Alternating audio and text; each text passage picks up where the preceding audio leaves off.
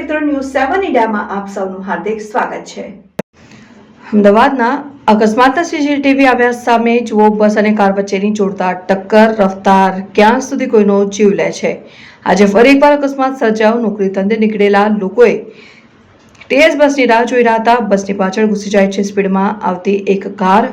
બસની પાછળ ઘૂસી જાય છે। અકસ્માતમાં એકનું કરુણ મૃત્યુ થાય છે। અકસ્માતના સીસીટીવી કેમેરા તેની વિગતે વાત કરીએ તો ન્યૂઝ 7 ઇન્ડિયામાં તમારું સ્વાગત છે। હું છું પરમાર ભગીરથસિંહ। અમદાવાદના ચાંદખેડા ગામ બસ સ્ટેન્ડ પાસે સવારના સમયે બસ અને એક સિવિક કાર વચ્ચે જોરદાર ટક્કર। આ અકસ્માતમાં કાર ચાલક પાસે બેઠેલા એક વ્યક્તિનું મૃત્યુ નિપજ્યું।